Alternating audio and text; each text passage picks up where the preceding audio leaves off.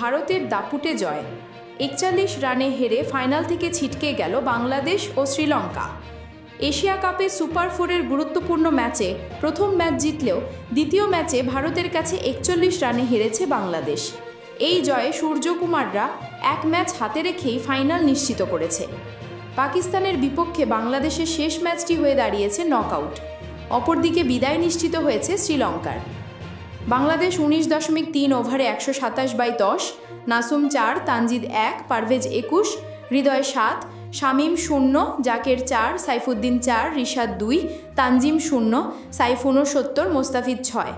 ভারত ২০ ওভারে ১৬৮/৬, অক্ষর ১০, গিল ২৯, দুবে ২, অভিষেক ৭৫, সূর্য ৫, তিলক ৫, হার্দিক ৩৮,